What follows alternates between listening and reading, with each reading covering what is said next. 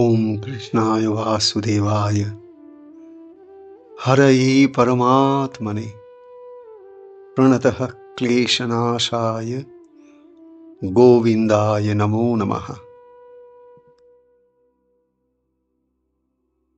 आज শ্রীকৃষ্ণের জন্মাষ্টমী উৎসব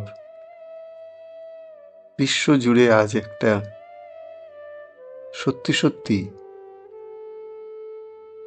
একটা উৎসব সারা রাত ধরে হবে।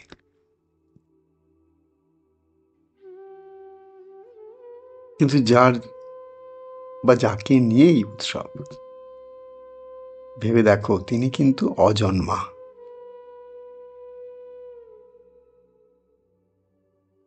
তিনি জন্ম মৃত্যুহীন। তিনি সেই নিত্য, তিনি সেই সনাতন পুরুষ, তিনি সেই পুরুষোত্তম।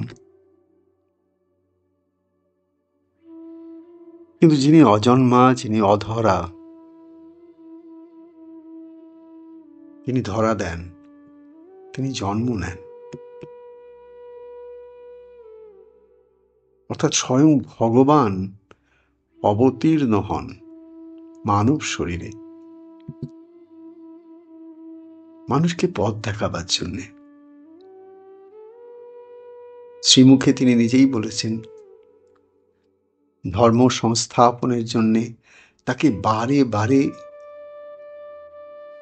জন্ম নিতে হয়েছে, হচ্ছে, আগামী দিনেও হবে।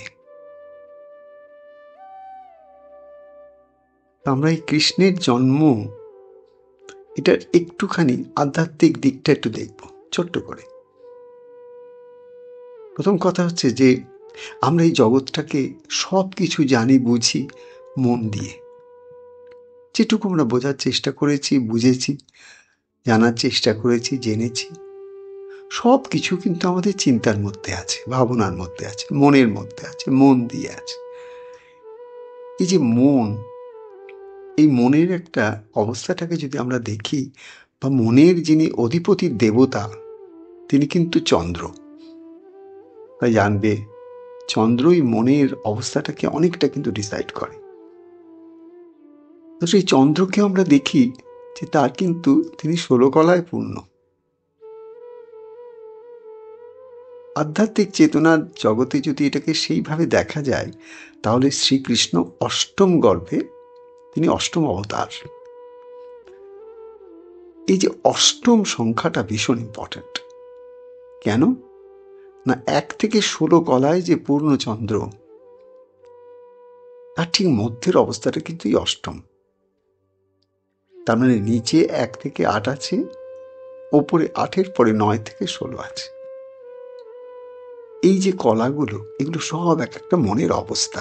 যেমন চন্দ্রের এক একটা কলায় প্রথমা, দ্বিতীয়া, তৃতীয়া করে একটা একটা করে কলা যখন লাগে, তখন কিন্তু তুমি আকাশে চন্দ্রের রূপটাকে দিনে দিনে বাড়তে দেখো। আবার যেই পূর্ণিমা হয়ে যায়, তারপরে দিনে দিনে কমতে দেখো। ঠিক মনের ঠিক এক অবস্থা।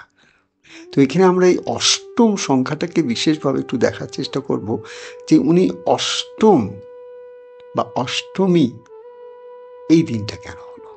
তার একমাত্র কারণ, আমি কিন্তু এখানে ভগবান শ্রীকৃষ্ণকে, কেবল ভগবান শ্রীকৃষ্ণের সেই অবতার রূপটিকেই চিন্তা করছি না, আমি মন দিয়ে আমার চেতনার জগৎটাকে দেখার চেষ্টা করছি, আমার আত্মার স্বরূপকে চেনার চেষ্টা করছি। তার কারণ, ভগবান তিনি কেবল বৈকুণ্ঠে নন, ভগবান আমার আত্মা। আত্মারূপে আমার মধ্যে তিনি চিরকাল ছিলেন, আছেন, থাকবেন। এই আত্মাকেই আমি আমার মনের জগতে একটা প্রতিফলন দেখি মাত্র। কিন্তু যেদিন মন আত্মার সঙ্গে একাত্ম হয়, সেদিন কিন্তু আমরা আর মনকে আলাদা পাই না। তখন আত্মা আর মন এক হয়ে গিয়ে সমাধির অবস্থায় পৌঁছেছেন। এই সমাধিরই একটা সাকার অবস্থা, সম্প্রজ্ঞানের অবস্থা, স্ববিকল্পের অবস্থা, যখন মন একটু হলেও ক্ষীণ হলেও থাকে, আর স্বয়ং পুরুষোত্তম পূর্ণ হয়ে থাকেন। এই সমাধির পারে আর একটা অবস্থা দেখানো হয়েছে, যেখানে কিন্তু নির্বিকল্প, যেখানে আর মনের কোনো রকম কোনো অস্তিত্বই খুঁজে পাওয়া গেল না। অর্থাৎ তোমার অহংকার আর অস্মিতা ক্ষেত্রেও নেই। ফাইনেস্ট স্টেট অফ একটা সেপারেশন, সেটাও আর নেই। It's all merged into one, এক হয়ে গেল। তো এই যে একটা আধ্যাত্মিক দৃষ্টিতে যদি আমরা মনকে দেখি, তাহলে মনকে দেখবো আমরা একটার পর একটা মনের কিন্তু অনেক স্তর আছে। এক এক সময় মনের এই স্তরের মধ্যে দিয়ে যখন সাধক একটু একটু করে এগোয়, তখন আমরা যদি অষ্টমী পর্যন্ত পৌঁছতে চাই, যেখানে গিয়ে আমরা ভগবানের জন্ম দেখতে পাবো, জন্ম উৎসব করব, তার জন্যে আমার মনটাকে যদি একটু ভালো করে দেখি, তাহলে দেখব প্রথমা, দ্বিতীয়া, তৃতীয়া, চতুর্থী, এগুলো সব সংসারের মধ্যে একটা মানুষ, জগতের মধ্যে একটা মানুষ, তার মনকে নিয়ে যে নানান রকম বাধা, বিঘ্ন, ব্যথা, বেদনা, কত সুখ দুঃখ, একটা অজ্ঞান অন্ধকারের মধ্যে, অবিদ্যার মধ্যে, ভীষণ কষ্টের মধ্যে, সব কিছুর মধ্যে দিয়ে যেতে থাকে সংসার জীবনে। এই সংসার ক্ষেত্রে এসে সে কিন্তু যেভাবে প্রতিদিন প্রতিনিয়ত কত ঘাত প্রতিঘাতের মধ্যে দিয়ে যায়, এগুলো সব কিন্তু তার আধ্যাত্মিক পথেরই যাত্রা স্বরূপ। এটাকে আলাদা করে তোমরা কেউ দেখো না, এগুলো সব প্রয়োজন আছে। এগুলো আছে বলেই তো তুমি একদিন অষ্টমীতে কৃষ্ণাষ্টমী দেখবে। সেটা কি আছে? তোমার এই সমস্ত ঘাত প্রতিঘাত, এক কথা এগুলো সব তোমার জীবনে ঠেকে ঠেকে ঠেকে ঠেকে শেখা, জন্ম জন্মান্তর ধরে এই ঠেকে ঠেকে শেখা, অর্থাৎ অরিজিনালি তুমি শিখছো, কারোর কাছ থেকে বই পড়ে নয়, শুনে নয়, তুমি তোমার নিজের অনুভূতি দিয়ে, অভিজ্ঞতা দিয়ে শিখছো। এই যে শেখা, এই শিখতে গেলে কিন্তু মনের এই ক্রমগুলোকে অতিক্রম করতে হয়, 1 2 3 4 করে। যে যতই অষ্টমীর দিকে এগোয়, তত তার মনের মধ্যে একটু একটু করে সংসারকে কেন্দ্র করে তার যে কামনা বাসনাজনিত কত স্বপ্ন, কখনো সাকার দেখে, কখনো দেখতে পায় না, এইগুলোকে নিয়ে তার যে মনের মধ্যে হিলদোল, এগুলো একটু একটু করে কমতে থাকে যতদিন সে এই অষ্টমীর ক্ষেত্রটা না পৌঁছাতে পারছে, মনের অষ্টম ভূমিতে পৌঁছাতে না পারছে। আমি একদম জাগতিকভাবে কথাটা বলছি, কিন্তু এর মধ্যে অতি জগতের কোনো ইন্দ্রিয়, অতীত জগতের কোনো কথা, একদম সাধারণভাবে এই অষ্টম অবস্থাটাকে যদি আমি দেখি একটা ভাগ করে নিয়ে, মন যখন এই অবস্থায় পৌঁছায়, তখন কি অবস্থা হয়? তখন আর তার সংসারের কোনো কিছুতে তার আর সেই সেই আকর্ষণটা আর থাকে না। তখন কি থাকে? তার একটা চরম বৈরাগ্য আসে সব কিছুর মধ্যে থেকে। সে বুঝতে পারে যে সব বাসনা কামনা পূর্ণ হলেও মনের মধ্যে সেই পূর্ণ আনন্দ আসে না। কিন্তু ভগবান, তিনি তো পূর্ণ আনন্দ, তিনি তো আনন্দ স্বরূপ। তাহলে আমি সবই পেলাম, কিন্তু আনন্দ যেটা আমার মূল স্বভাব, তাকে যদি না পাই, তাহলে তো আমার তো ঈশ্বর লাভ হলো না, আমার নিজের আত্মজ্ঞান হলো, আমার নিজেকে আমি চিনতে পারলাম না। আমি এখনো নিজেকে কখনো আনন্দ, কখনো নিরানন্দ, কখনো একটু সুখ, কখনো এতটা দুঃখ, এই নিয়েই কাটিয়ে দিলাম। কাটাতে কাটাতে কতদিন? যতদিন না তুমি মনের অষ্টম ভূমিতে পৌঁছাও। যেদিন তুমি মনের অষ্টমীর ভূমিতে পৌঁছাবে, সেদিন তোমার হৃদয়ের মধ্যে শ্রীকৃষ্ণ জন্ম নেবেন। এটাকে আমি, এখানে ভগবান শ্রীকৃষ্ণকে আমি আমার চেতনার একটা অবস্থা হিসেবে দেখছি। আমার এই চেতনার একটা উত্তরণ হয়েছে সংসারের জ্বালা যন্ত্রণা বাধা বিপত্তির মধ্যে দিয়ে, সংকটের মধ্যে দিয়ে যেতে যেতে যেতে একটা টাইমে আমি যখন এই অষ্টম ভূমিতে মনের পৌঁছালাম, তখন আমি গিয়ে কী দেখলাম? আমি দেখলাম যে এখন আর আমার মনে কিন্তু কোনো কিছু তেমনভাবে নাড়া দিচ্ছে না, আমি কোনো কিছু আসলে পার্সোনালি নিচ্ছি না। এর আগে আমায় যে যা যতটুকু বলতো সব কিছু পার্সোনালি নিয়ে ইগোটা হার্ট হতো, মনটা দমে যেত, অবসাদগ্রস্ত হতাম। এখন আর তা হয় না। অর্থাৎ আমি কোনো কিছু আর পার্সোনালি নিচ্ছি না, সব কিছু ইম্পার্সোনালি, অর্থাৎ আমার মনের পারে যিনি একমাত্র সত্য, তাঁর চরণকে ছুঁয়ে দিচ্ছি, সব কিছু নিজে মুক্ত হয়ে যাচ্ছি। এই অবস্থায় গিয়ে তার মনের মধ্যে একটা বৈরাগ্য আসে, জগতের কোনো বিষয়ই আর তার জগৎ থেকে পাবো, কেউ আমার মন ভরিয়ে আমাকে কিছু দেবে, কেউ আমাকে সুখ দেবে, শান্তি দেবে, আনন্দ দেবে, এই জাতীয় অলীক সম্পর্ক মানে স্বপ্নগুলো বা কল্পনাগুলো তখন আর তার মনে স্থান পায় না। এটা অষ্টম ভূমি আমি বলছি। এই অষ্টম ভূমিতে যখন কেউ পৌঁছায় তখন তার মনের মধ্যে যে বৈরাগ্য আসে, সেই বৈরাগ্যের যে একটা আগুন, তাতে এই বাসনাগুলোর একটা একটা দগ্ধ অবস্থা আসে। সেটা কিন্তু পূর্ণ না, তার মধ্যে বাসনা টাসনা সবই থাকবে, কিন্তু এই অষ্টম ভূমিতে কি হয়? চেতনার জন্ম হয়। কিসের চেতনা? আধ্যাত্মিক চেতনা। এর আগেও তুমি বরাবর 1 থেকে 7 পর্যন্ত তুমি চেতনার মধ্যেই ছিলে, কিন্তু সেই চেতনা ছিল তোমার মনের সঙ্গে যুক্ত, সেই চেতনা ছিল তোমার দেহের সঙ্গে যুক্ত। তোমার মন আর দেহ মিলে তোমাকে ঠকিয়ে এসেছিল, তার কারণ ওটা তোমার জীব জগতের, তোমার জীব ভাবের চেতনা, জীব ভাবীয় চেতনা, তার মধ্যে ঐশ্বরিক চেতনার ছোঁয়া ছিল না। যখন তোমার চেতনার মধ্যে ঐশ্বরিক অর্থাৎ সাত্ত্বিক গুণের ছোঁয়া লাগলো, তখন কৃষ্ণ জন্ম নিয়েছেন। এই কৃষ্ণকে, তোমার চেতনারই একটা উন্নত অবস্থা। এই কৃষ্ণকে, এই কৃষ্ণ হচ্ছে আনন্দ ঘন, অর্থাৎ তোমার মনের জগতে যখন আনন্দের জন্ম হয়। কখন আনন্দের জন্ম হয়? যখন সংসার আর তোমাকে অতটা কাবু করতে পারে না। সংসার থাকে সংসারের জায়গায়, পরিবার থাকে পরিবারের জায়গায়, সবার প্রতি তোমার কর্তব্যবোধ জাগরুক থাকে, কিন্তু তুমি কোনো কিছুর মধ্যে আসক্ত হও না, কোনো বন্ধনের মধ্যে বদ্ধ হও না। তুমি একটা জীব ভাবীয় পাপ পুণ্যের মধ্যেই নেই। তুমি তখন কি না, ইষ্ট নামে, গুরুর সান্নিধ্যে, গুরুর চেতনায় একটু একটু জাগরণ হয় তোমার। এই জাগরণটাই হলো কৃষ্ণের জন্ম।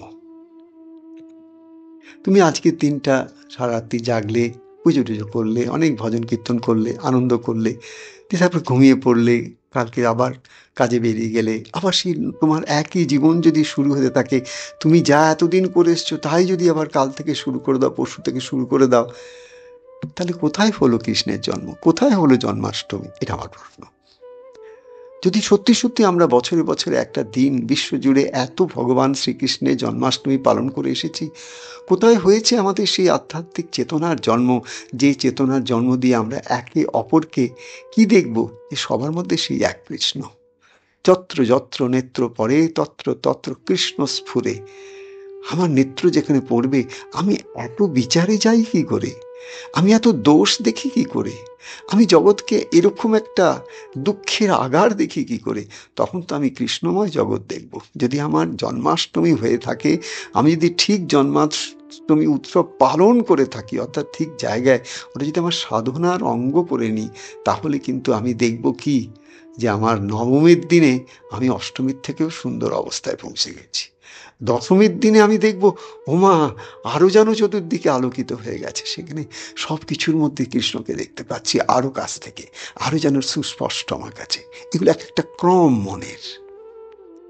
এই মনের উত্তরণটা যেমন যেমন হবে, তেমন তেমন তুমি অনুভব করতে পারবে যে কৃষ্ণ বস্তুটা কি। কৃষ্ণ একটা মূর্তি নয়, কৃষ্ণ একটা ছবি নয়, কৃষ্ণ একটা দিনের উৎসব নয়। কৃষ্ণকে আমি ভালো খাইয়েছি, ভালো পরিয়েছি, অনেক জামা কাপড় এনেছি কৃষ্ণের জন্যে, অনেক কিছু সাজিয়েছি, ভালো, এগুলো দিয়েই তো তোমার সঙ্গে কৃষ্ণের সম্পর্ক তৈরি হবে। যেমন তুমি তোমার সন্তানকে ঠিক এইভাবেই কিন্তু ছোটবেলা থেকে তৈরি করেছো, তার থেকেই তোমার সন্তানের প্রতি এত, এক কথায় মায়ামোহ, কিন্তু তবু একটা, তোমার তো একটা আকর্ষণ আছে সেইটাকে নিয়ে, তাকে তো তুমি ভালোবাসো। ঠিক তেমনি এইরকমভাবেই সেবা করতে করতে কৃষ্ণকে তুমি ভালোবেসেছো, সেটা কবে বুঝবে? যেদিন তোমার আধ্যাত্মিক চেতনার জন্মাষ্টমী হয়েছে। যেদিন আধ্যাত্মিক চেতনার জন্মাষ্টমী হবে, সেদিন তোমার কীরকম অবস্থা হবে? তোমার অবস্থা হবে, তুমি সব কিছুর মধ্যে থাকবে, কিন্তু কোনো কিছু আর তোমাকে ছুঁতে পারবে না। তার কারণ তোমার কাছে এক কৃষ্ণ বই দ্বিতীয় মনের অবস্থা নেই। আর যেটুকু আছে সেটা কৃষ্ণের নানান খেলা ছাড়া কিচ্ছু নয়। এইভাবে যখন তুমি নিজেকে একটু একটু করে তৈরি করে নিলে, তুমি জন্মাষ্টমীর প্রকৃত অর্থ বুঝে গেলে। আমার মনে হয় আজকের দিনটা এইটা নিয়ে একটু চিন্তা হওয়া দরকার, ভাবনা হওয়া দরকার, যে বিশ্ব জুড়ে এত বছর ধরে আমরা জন্মাষ্টমী, যে যবে জন্ম, তার শরীরে জন্ম হয়েছে তবে থেকে কত জন্মাষ্টমী সে পালন করেছে, কত জন্মাষ্টমী পেরিয়ে এসেছে। চেতনার জন্মাষ্টমী কবে হবে? এটা আমার প্রশ্ন। চেতনার জন্মাষ্টমী কবে হবে? যে চেতনার মধ্যে কৃষ্ণ অর্থাৎ আনন্দ, যে জগৎ, যে যে যে যে চেতনার জাগরণ হলে জ্ঞানের জাগরণ হয়। জ্ঞান কি? দুই নেই, এক আছে, এটা জ্ঞান। যে চেতনার জাগরণ হলে এত ভক্তি, ভক্তি কি, অহংকার আর নেই, সব মিলেমিশে কেবল ঈশ্বর চরণে অর্পণ হয়ে গেছে, সমর্পিত হয়ে গেছে, সমর্পিত প্রাণ হয়ে গেছে। সব কিছুর মধ্যে যখন এই অবস্থা যখন তার হলো, সে প্রকৃত ভক্তি পেল, সে প্রকৃত ভক্ত হলো, সে ভগবানের আপনজন হলো। ভক্তি ভক্ত ভগবানের যে রিলেশনশিপটা এস্টাবলিশড হলো কবে, জন্মাষ্টমীতে চেতনার যেদিন জন্ম হলো সেদিন থেকে নবমীর ঘর থেকে শুরু হলো এই অবস্থাটা, যেখানে জ্ঞান ভক্তি কর্ম যোগ সব আপনা হতে স্ফুরিত হচ্ছে, নিজের নিজের মতন স্ফুরিত হচ্ছে, হতে বাধ্য, কারণ কৃষ্ণ এসছেন তোমার হৃদয়ে। এসো আমরা সেই ভাব নিয়ে আজকে জন্মাষ্টমীর দিনটা আমাদের হৃদয়ের মধ্যে প্রকৃত উৎসব রূপে পালন করি। জয় শ্রীকৃষ্ণ, জয় শ্রীকৃষ্ণ, জয় শ্রীকৃষ্ণ।